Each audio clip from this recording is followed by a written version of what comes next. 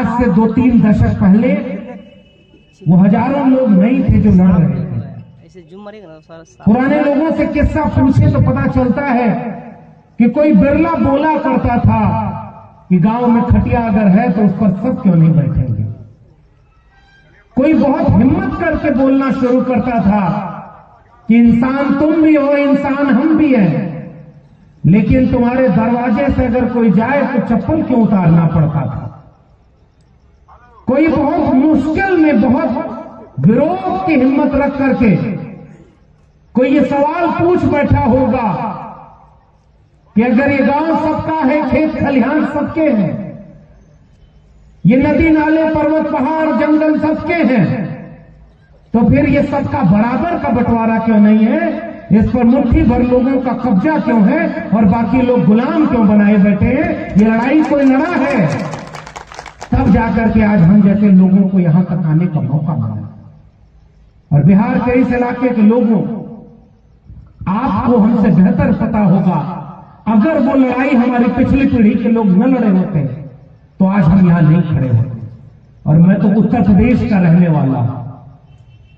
आप कल्पना करिए कि उत्तर प्रदेश के आजमगढ़ में जिसका घर हो, इलाहाबाद में पढ़ाई करे, इलाहाबाद यूनिवर्सिटी टॉप करे, दिल्ली यूनिवर्सिटी में जाकर प्रोफेसर बने और उसके बाद पूरे देश में घूम घूम कर संविधान और मानवता के विचार को आगे बढ़ाने का काम करे, और आज जमुई में आपके बीच में हो, यह संभव ही नहीं होता अगर इस देश में बाबा साहब अम्बेडकर का संविधान नहीं होता। इसलिए मैं उस संविधान को याद करता हूं।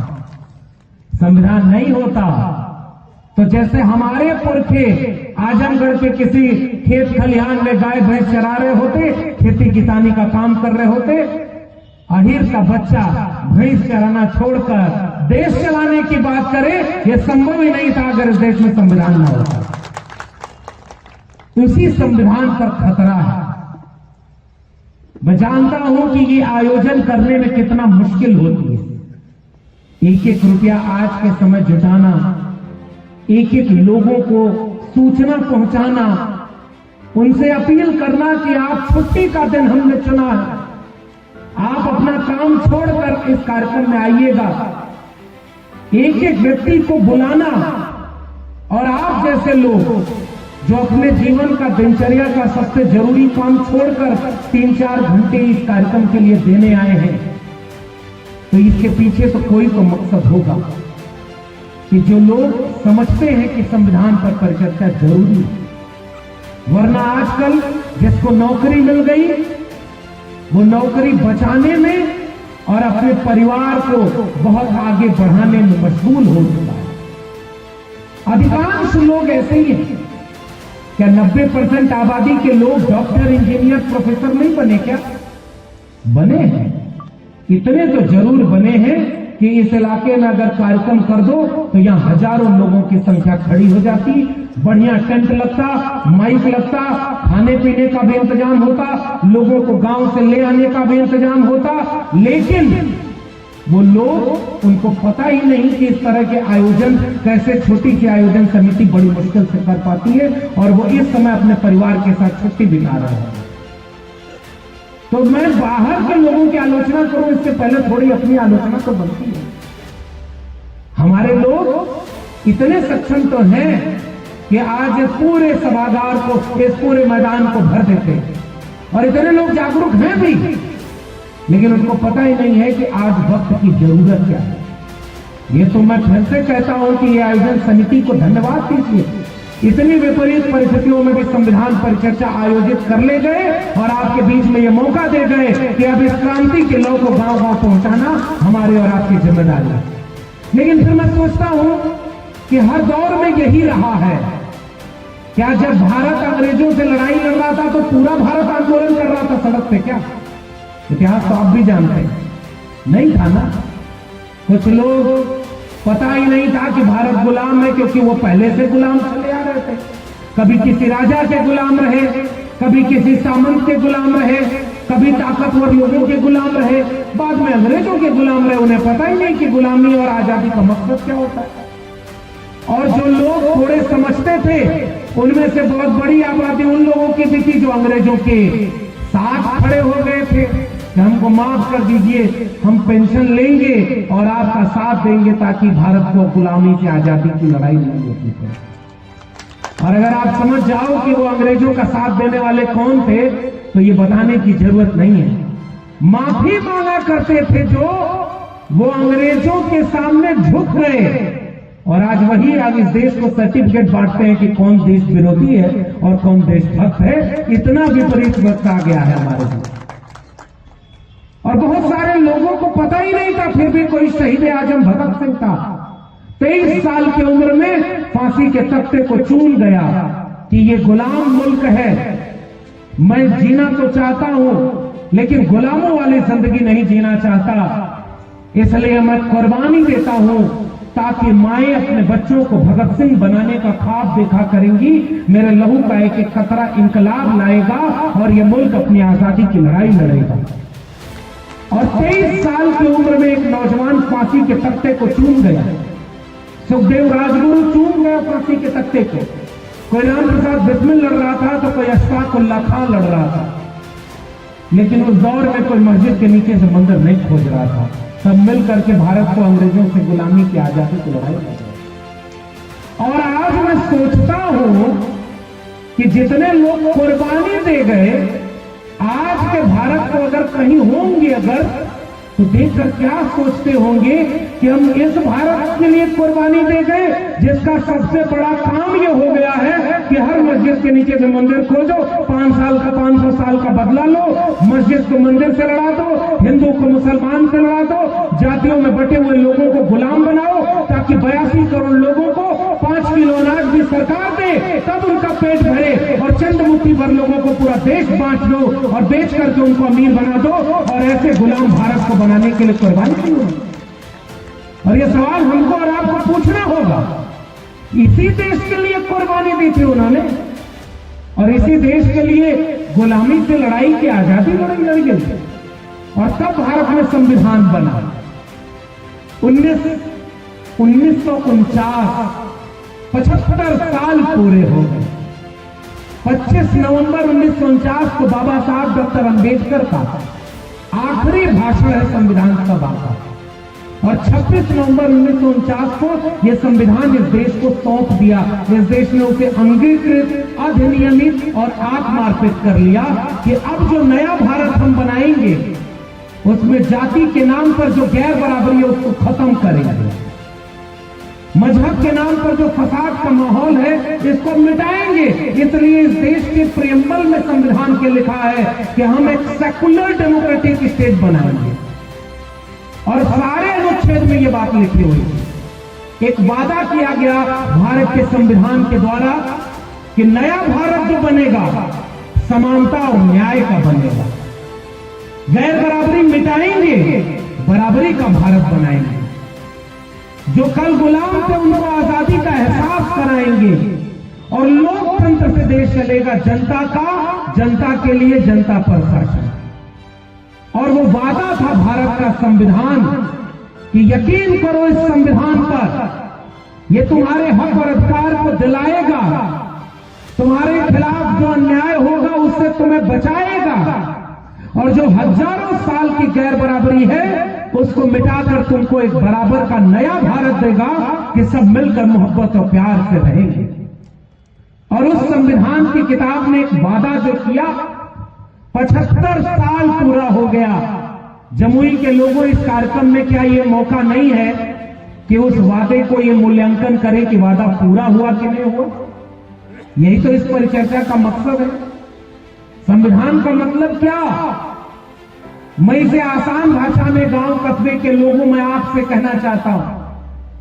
संविधान नहीं था तब भी एक खटिया थी, खटिया बनाने वाला भी कोई था, खटिया को गढ़कर लकड़ी से पावा और उसका घोड़ा तैयार करने वाला भी कोई था, खटिया की रस्सी जिससे बुनी जाएगी उसको भी बनाने वाला कोई था। लेकिन खटिया पर वो सारे लोग बैठ नहीं सकते थे जो खटिया बनाते थे। खटिया पर वो बैठता था जिसके हाथ में लाठी थी। समझदार को इशारा काफी, नाम लेने की जरूरत है क्या? खटिया थी लेकिन सब लोग नहीं बैठ सकते थे। कोई था जो तय कर कहता था कि हमारे सामने तुम खटिया पर नहीं बैठोगे। संविधान आया तो उसने कहा कि अगर खटिया है तो अब इस खटिया पर बराबर में सब बैठेंगे। इसी बात को बराबरी का न्याय दिलाने वाली किताब का नाम है भारत का संविधान। अब खटिया किसी एक की बकौती नहीं रह जाए। लेकिन बाबा साहब अम्बेडकर ने एक बात और कही कि हमने किताब में तो लिख दिया कि बराबरी होगी, खटिया पर सब बैठेंगे, लेकिन इस संविधान को अगर लागू करने वाले लोग अच्छे नहीं हुए तो फिर खटिया पर सब बैठ नहीं पाएंगे। बताओ, बिहार के लोगों 75 साल संविधान के पूरे हो गए, खटिया पर सब बैठने लगे क्या? आप जोर से बोलिए। कथा वथा सुनने जाते हैं तब चुपचाप वहां प्रवचन सुनता है आदमी। वैचारिक गोष्ठी में हमारा संवाद होना चाहिए आपसे। आप बताइए कि खटिया पर आज सब लोग बैठ सकते हैं क्या? 75 साल पूरा होने के बाद क्या संविधान में जो वादा किया गया था वो वादा पूरा हुआ क्या? संविधान घर घर आखिरी व्यक्ति तक पहुंचा क्या? नहीं पहुंचा। और ये कड़वी सच्चाई है। लेकिन जितना पहुंचा कुछ लोगों को उससे भी दर्द होने लगा, इसलिए वो छटपटाहट बोलने लगी कि हमें देश का संविधान बदलना है ताकि इसे एक धर्म का राष्ट्र बना दे। और मैं इसलिए आपसे बात करने आया हूं कि ये जो लोग संविधान को बदलने वाले बात करते हैं, ये आज से नहीं करते। इस परिचर्चा का मकसद मुझे लगता है आयोजन समिति का यह होगा कि रविवार को जब इतने लोग बैठेंगे और यहां एक बौद्धिक गोष्ठी होगी तो इस कार्यक्रम के बाद जाकर भूल नहीं जाएंगे कि बढ़िया कार्यक्रम था, आखिरी तक कुर्सी भर गई और अच्छा था। नहीं, इसकी चर्चा अगले दिन चौराहे पर आपको करनी है कि उस कार्यक्रम में ये बोला गया कि संविधान खतरे में है और उसको बचाना बिहार के लोगों हमारी जिम्मेदारी है। तब इस कार्यक्रम को मैं सफल मानूंगा। वरना इस कार्यक्रम को असफल बताने का एक कारण तो हमारी बहन ने जो बहुत अच्छा गीत गाया उन्होंने तो बता दिया कि आप और हम इतने जागरूक होते तो अपने परिवार से केवल एक महिला को भी ले आए होते तो ये आयोजन केवल पुरुषों का आयोजन न दिख रहा होता। इन्होंने तो आलोचना कर दी और मैं इससे सहमत हूं। हम लोग केवल मित्रता निभाने में और अपने गोष्ठी और वैचारिक लोगों के साथ में आ गए, लेकिन वादा करिए मुझसे और अपने आप से कि अगली बार जब कार्यक्रम में जाएंगे तो अपने घर से अपने घर की महिलाओं को, बहन बेटियों को भी एक दिन के वैचारिक कार्यक्रम में जरूर ले जाइए ताकि उनको पता चले कि उनके ऊपर कितना बड़ा खतरा इस देश के संविधान को खत्म करके मिल रहा है। वरना आप ही ये कहते पाए जाएंगे कि हम तो समझते हैं लेकिन हमारी पत्नी नहीं मानती, हम क्या करें। वो उसी पाखंड और अंधविश्वास में। तो आप पत्नी को यहाँ ऐसी वैचारिक जगहों पर तो ले ही नहीं जाए, उन्हें घर से बाहर निकलने नहीं दिया। तो इसी तरह से अगला कार्यक्रम जब जमुई में हो तो औसत उम्र जिनकी बौद्धिक लोगों की ये जिम्मेदारी भी है, जो नौजवान हैं, युवा हैं, उनको संविधान को बचाने और इसको संविधान को समझने वाली परिचर्चा के कार्यक्रम में बढ़ चढ़कर भाग लेने के लिए कहिए। वरना हमारे देश का नौजवानों को भटकाने और भरमाने के लिए रोज हिंदू मुसलमान के नाम पर दंगा का माहौल बनाया जा रहा है कि नहीं बनाया। उनको कोई आएगा व्हाट्सएप पर मैसेज करेगा कि रे बाबू तुम्हारा धर्म खतरे में है, आपके बच्चे को अच्छी शिक्षा मिली नहीं, ऐसे कार्यक्रमों में वो गया नहीं, उसको समझदारी आई नहीं, उसको अच्छा बुरा भी पता नहीं, उसको यह भी पता नहीं कि धर्म का मतलब क्या होता है, उसको यह भी पता नहीं कि खतरे में किससे है, उसको यह भी पता नहीं कि खतरे में बताने वाला कौन है, उसको यह भी पता नहीं कि इस चीज के पीछे की राजनीति क्या है। और आपके घर का बच्चा अगर धर्म बचाने चला गया तो बताओ आपका परिवार लूट जाएगा कि बर्बाद हो जाएगा कि नहीं बर्बाद होगा, आप बताइए। क्योंकि उस बच्चे को जिस समय अपनी शिक्षा बचाने जानी है, रोजगार बचाना है, इस देश में खेती किसानी बर्बाद हो रही है, किसानी बचाना है, उस समय हमारे आपके बच्चों को समझाया जा रहा है कि धर्म खतरे में और धर्म बचाना है। ये सबसे बड़ा खतरा भारत के संविधान पर। नया नया सब बाबा घूम रहा है, आप लोग की तरफ भी आजकल आ रहा है। मैं छत्तीसगढ़ में जाता हूं, झारखंड, बिहार, उत्तर प्रदेश, मध्य प्रदेश, राजस्थान, इसी इलाके में सबसे ज्यादा ये सब बाबा पाए जाते हैं। और जहां शिक्षा अच्छी है दक्षिण भारत, वहां इस तरह के बाबाओं का थोड़ा प्रकोप कम है। कैसे बाबा? आप गूगल करके यहां से जाके पढ़िएगा। एक वो बाबा के पास एक मरीज गया, कहा कि बाबा पथरी है। उसने आंख बंद किया, मंत्र पढ़ के हवा में कैंची चलाई और कहा कि देखो पथरी, तो कहा पथरी गायब हो गई बाबा, बाबा की जय हो। और वो चमत्कार लेकर के गांव गांव घूमने चला गया कि देखो कितना बढ़िया प्रचार हो। अगर वाकई हवा में कैंची चलाकर ऑपरेशन हो जाए तो एक पटना मेडिकल कॉलेज में इन गरीबों, लाचार और बेबसों की इतनी भीड़ क्यों है? हर जिले में एक एक बाबा हॉस्पिटल के सामने बैठाओ, इन गरीबों कमजोरों का मुफ्त में इलाज भी होगा और कोई बीमारी से नहीं मरेगा। लेकिन पाखंड को तो समझ हम पाए नहीं। कोरोना आया था पिछले दिनों, और कोरोना माई का मंदिर बनाने वाला पहला वीडियो बिहार का ही निकला था। कुछ महिलाएं बैठ के कहीं कोरोना माई की जय, कोरोना माई की जय। इसमें हमारे लोग फंसते क्योंकि उनको दोष उनका भी नहीं है। उनको शिक्षा दे करके ही तो आप जागरूक करेंगे। शिक्षा दे के बताएंगे कि सूरज के चारों तरफ पृथ्वी घूमती है, और बाकी किताबों में क्या लिखा है? पृथ्वी के चारों तरफ सूरज घूमता है। आपका बच्चा जब पढ़ने जाता है स्कूल में, तो विज्ञान पढ़ाया जाता है कि धर्म पढ़ाया जाता है? अगर स्कूल आप देखते हैं तो विज्ञान में पढ़ाते हैं। उसको विज्ञान पढ़ाते हैं कि ये जल है, ये पृथ्वी है, ये अग्नि, वायु, आकाश है, ये केमिस्ट्री है, ये फिजिक्स है, ये मैथमेटिक्स है, एक और एक मिलकर के कैसे दो हो जाते हैं। वो तो विज्ञान और साइंस टेक्नोलॉजी पढ़ता है ना आपका बच्चा। कौन आदमी जो जागरूक है वो अपने बच्चे को कोई धर्म की किताब पढ़ाता है? वो अपने बच्चे को अच्छी शिक्षा देता है। जमुई का जो सरकारी स्कूल होगा, कभी जाके देखना, वहां गरीब, कमजोर, लाचार के बच्चा पढ़ रहा होगा जिसकी जेब में पैसा नहीं होगा।